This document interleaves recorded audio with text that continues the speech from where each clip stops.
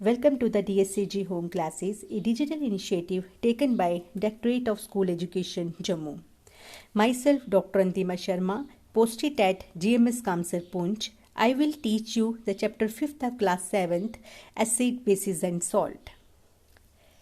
As we know that there are the large number of substances, edible substances which we use in our daily life. Let us try to find out the taste of few substances like lemon juice, orange juice, vinegar, curd, and tramine that are sour in taste, sugar that is sweet in taste, common salt that is salty in nature, amla that is sour in taste, baking soda that is bitter in taste, grapes and unripe mango that is sour in taste. अब बहुत सारे ऐसे substances हैं जो हमारे बिल्कुल natural substances हैं, जैसे लेमन हो गया, ऑरेंज हो गया.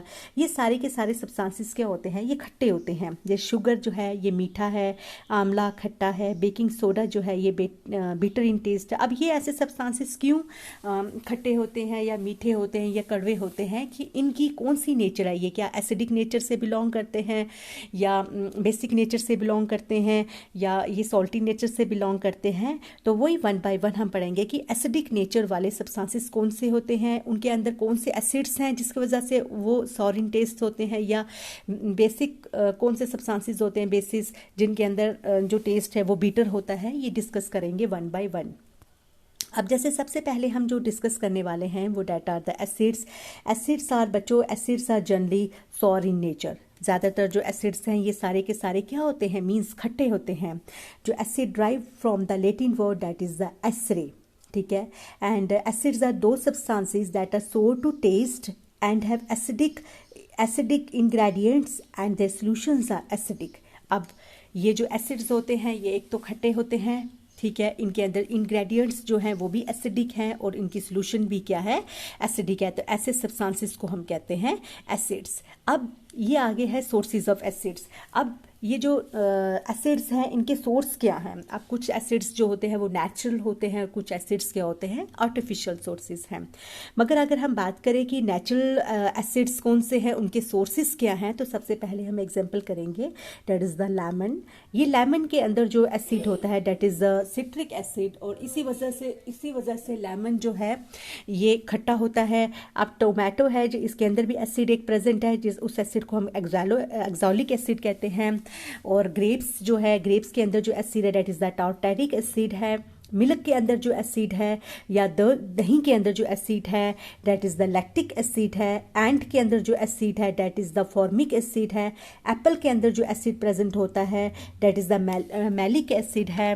विनेगर जो है, विनेगर के अंदर जो एसिड प्रेजेंट है दैट इज़ एसिटिक एसिड है. और बहुत सारे और भी हैं जैसे स्पाइनैक हो गया के अंदर जो एसिड होता है वो है एक्सॉलिक एसिड है. उसके बाद जो हम डेली दालें खाते हैं, इन दालों के अंदर जो एसिड होता है उसको हम अमाइनो एसिड्स कहते हैं. ग्रेप्स होगी, इमली होगी, इन सब के अंदर जो एसिड प्रेजेंट है that is the tartaric acid. ये सारे के सारे जो हैं ये क्या है? नेचुरल सोर्सेज हैं कि इन नेचुरल प्रोडक्ट्स जो हैं, इन नेचुरल प्रोडक्ट्स के अंदर कौन कौन से एसिड्स हैं ये मैंने यहाँ पे आपको समझाया है. अब अगर हम बात करें कि एसिड्स को हमने किस तरह से क्लासिफाइड किया है, एसिड्स को हमने क्लासिफाइड किया है on the basis of source and on the basis of strength. अब source on the basis on strength acid को दो कैटेगरीज में क्लासिफाइड किया है. एक होते हैं नेचुरल एसिड्स, दूसरे होते हैं आर्टिफिशियल एसिड्स. नेचुरल एसिड्स वो एसिड्स होते हैं जो नेचुरल सब्सटेंसेस से निकले हैं. जैसे एग्जांपल में मैंने अभी आपको बता दिया था, दूध हो गया, दही हो गया, पल्सिस हो गया, या स्पाइनैक हो गया, प्रोटीन ये कर्ड हो गया, ग्रेप्स हो गया, इमली. ये सारे नेचुरल सब्सटेंसेस से जो एसिड्स निकलेंगे इनको हम कहते हैं नेचुरल एसिड्स. और वो एसिड्स जो हम सिंथेटिकली लेबोरेटरी में प्रिपेयर करेंगे या मिनरल अर्थ से प्रिपेयर करेंगे, मिनरल्स ऑफ द अर्थ से प्रिपेयर करेंगे, उनको हम कहते हैं आर्टिफिशियल एसिड्स. अब जो नेचुरल एसिड्स होते हैं जैसे एसिटिक एसिड हो गया, सिट्रिक एसिड हो गया और लैक्टिक एसिड्स हो गए. और जो एसिड्स आते हैं जो आर्टिफिशियल एसिड्स है that is a sulphuric acid, nitric acid and hydrochloric acid, जो मैंने अभी हमने डिस्कस किया था कि नेचुरल एसिड्स और आर्टिफिशियल एसिड्स को.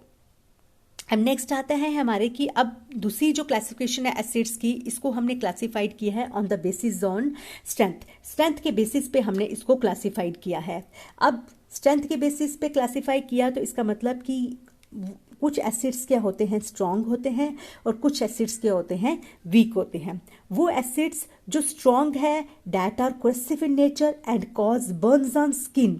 अब जैसे एग्जांपल में मैंने बताया sulphuric acid, nitric acid, hydrochloric acid. अब थोड़ा सा अगर आप सल्फ्यूरिक एसिड अगर हमारी स्किन पे गिर जाए तो हमारी स्किन उसी वक्त बर्न हो जाती है, जल जाती है, होती है जल जाती है। बच्चों आपने भी एग्जामिन किया होगा, कभी कभार लेबोरेटरी में एक्सीडेंटली किसी के ऊपर थोड़ी सी भी सल्फ्यूरिक एसिड गिर जाए तो हमारी स्किन जल जाती है। तो ठीक है, because they are the strong acids. और वीक एसिड्स होते हैं, इनका नेचर क्या होता है, that are mild in nature and do not cause burn on skin. अब इसकी एग्जांपल बता, जैसे हम नींबू को स्क्वीज आउट करते हैं, जब हम नींबू को स्क्वीज आउट करते हैं तो हमारे हाथ में भी अगर नींबू का थोड़ा सा रस गिर जाए तो क्या हमारा हाथ जलता है? नहीं ना जलता है, because they are the weak acid.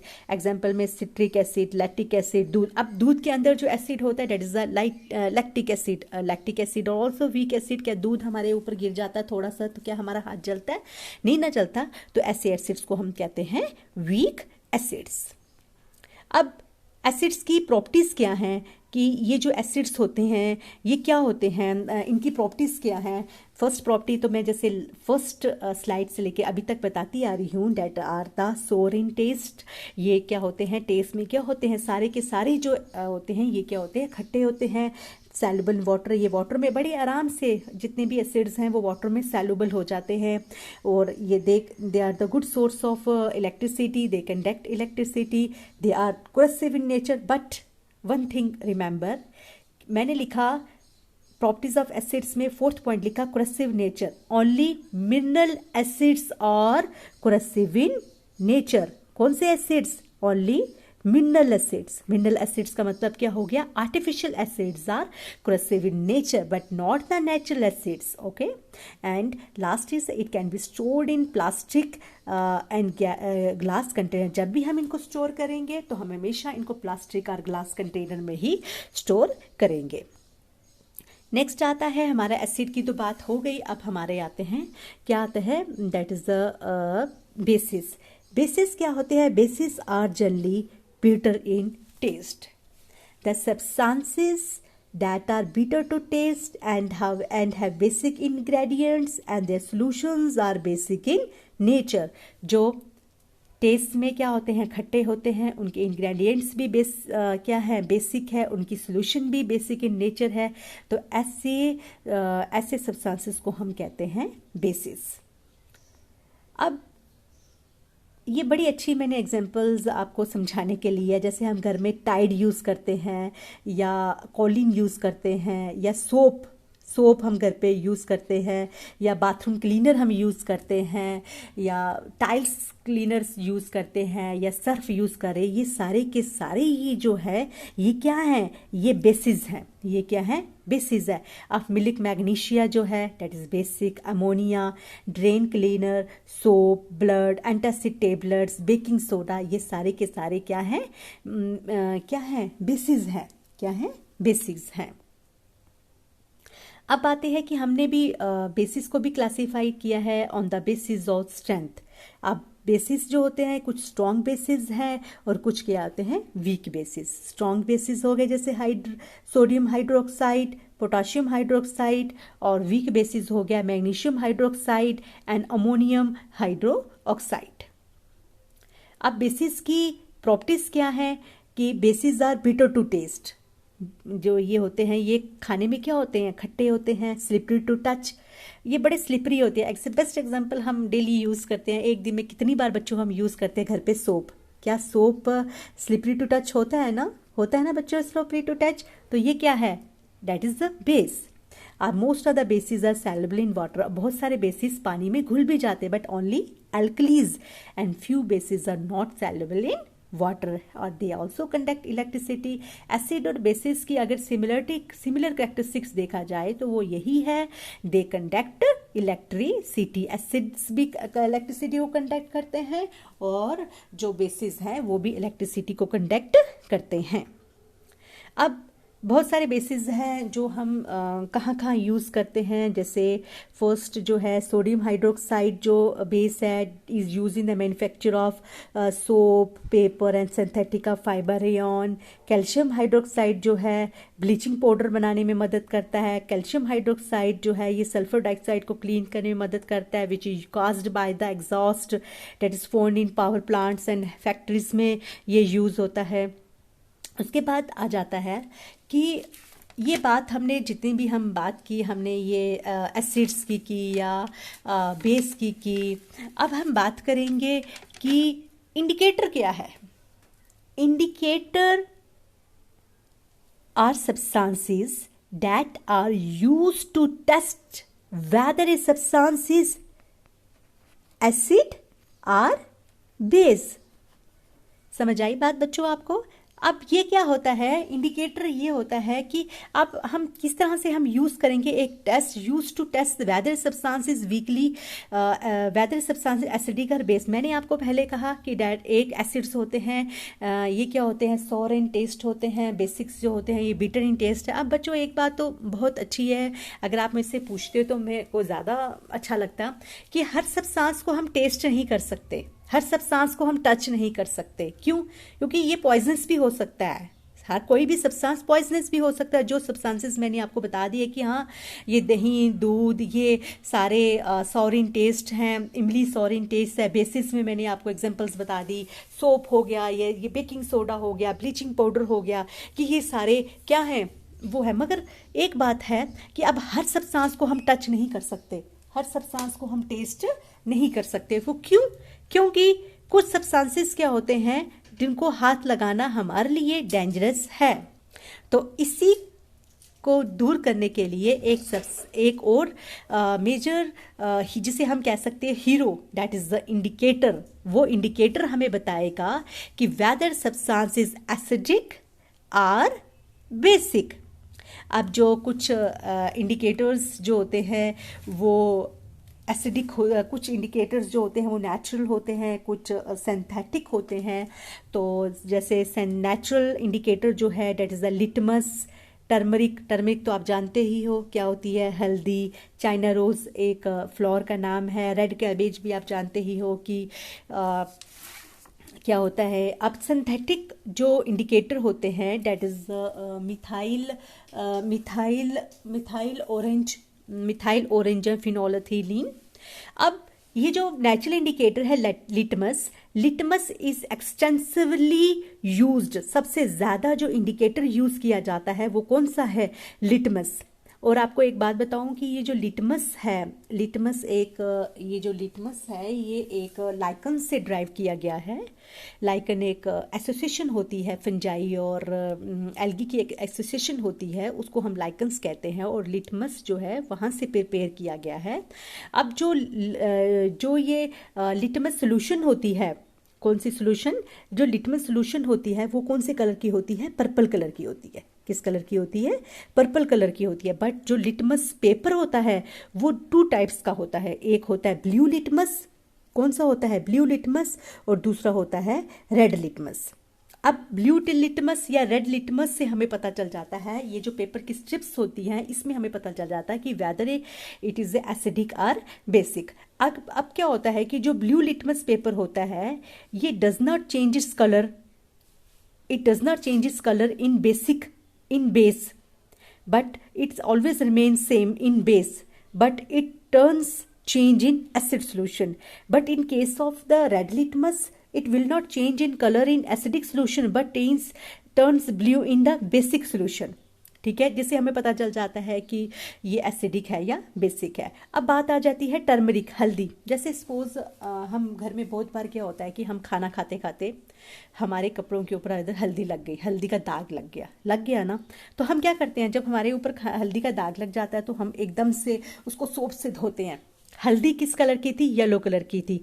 जब हमने धोया तो वो किस कलर की हो गई? रेड कलर की हो गई ना, रेड कलर। वो कपड़ा जो था उसका जो स्ट्रेन था वो किस कलर का हो गया? रेड कलर का हो गया रेड। तो इसका मतलब कि ये जो बेस ने उसको क्या कर दिया? येलो टर्न्स रेड, बट अगर हम उसी को वापस वाटर से क्लीन करेंगे और क्लीन करेंगे और क्लीन करेंगे तो वो वापस क्या हो जाएगा, येलो हो जाएगा। या नींबू ऊपर निचोड़ देंगे तो वो क्या हो जाएगा, येलो हो जाएगा, जिससे हमें पता चल जाएगा कि whether substances acidic or basic.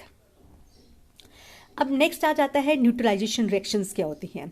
देखो बच्चों, न्यूट्रलाइजेशन रिएक्शन क्या होती है कि वो केमिकल रिएक्शंस जिससे हमें ये जब आपस में दोनों मिलते हैं, घुलते हैं, एसिड और बेस जब आपस में मिलते हैं तो उस सब्सटेंस को ये क्या कर देते हैं, न्यूट्रलाइज कर देते हैं। जैसे एग्जांपल में मैंने आपको बताया है कि एसिड अगर HCl है, बेस NaOH है, तो आपस में मिलेंगे तो क्या बनेगा, सॉल्ट और वाटर। और इसको अगर हम एक्सप्लेन करें अपना डेली लाइफ के लिए, डेली लाइफ में अगर मैं एक्सप्लेन करके आपको बताऊं तो आपको ज़्यादा अच्छी तरह से समझ आएगा। जैसे हम बात करें तो फर्स्ट है जो हमारा है साइल ट्रीटमेंट। ये जो प्रोसेस न्यूट्रलाइजेशन आपको इतना केमिकल रिएक्शन से समझ नहीं आएगा जितना जो हमारी डेली लाइफ में जो जो चीज़ें होती हैं उनसे आपको समझ आएगा। जैसे हम जानते हैं कि जो हमारे प्लांट्स जो ग्रो करते हैं वो ऑलवेज न्यूट्रल साइल में ही ग्रो करते हैं। अगर एसिडिक साइल है तो हम उसमें कुछ बेसिक मिलाएंगे वो न्यूट्रल हो जाएगा, और बेसिक साइल है तो अगर उसमें हम कुछ एसिडिक मिलाएंगे तो वो न्यूट्रल हो जाएंगे। तो ऐसे प्रोसेस को हम कहते हैं न्यूट्रलाइजेशन। जैसे अब फैक्ट्री ऑफ वेस्ट का अगर हम कंसेप्ट को क्लियर करें तो उसमें क्या होता है कि जैसे आपको पता ही है कि जो फैक्ट्री जितना भी फैक्ट्री वेस्ट है वो that are acidic in nature, ठीक है। और जब हम उसमें बेस मिलाते हैं, देखो क्या होता है कि जब भी ये जो फैक्ट्री वेस्ट ये जो एसिडिक होता है तो इसमें क्या करते हैं फैक्ट्री वाले, क्या करते हैं कि क्योंकि आपको पता है कि जितना भी ये फैक्ट्री वेस्ट है ये सारा जाके रिवर में जाके मिल जाएगा, तो वो पहले ही ये कर देते हैं कि उस एसिड्स में कि वेस्ट में क्या मिला देते हैं, कुछ बेस मिला देते हैं, जिससे क्या हो जाता है वो थोड़ा सा न्यूट्रलाइज हो जाता है।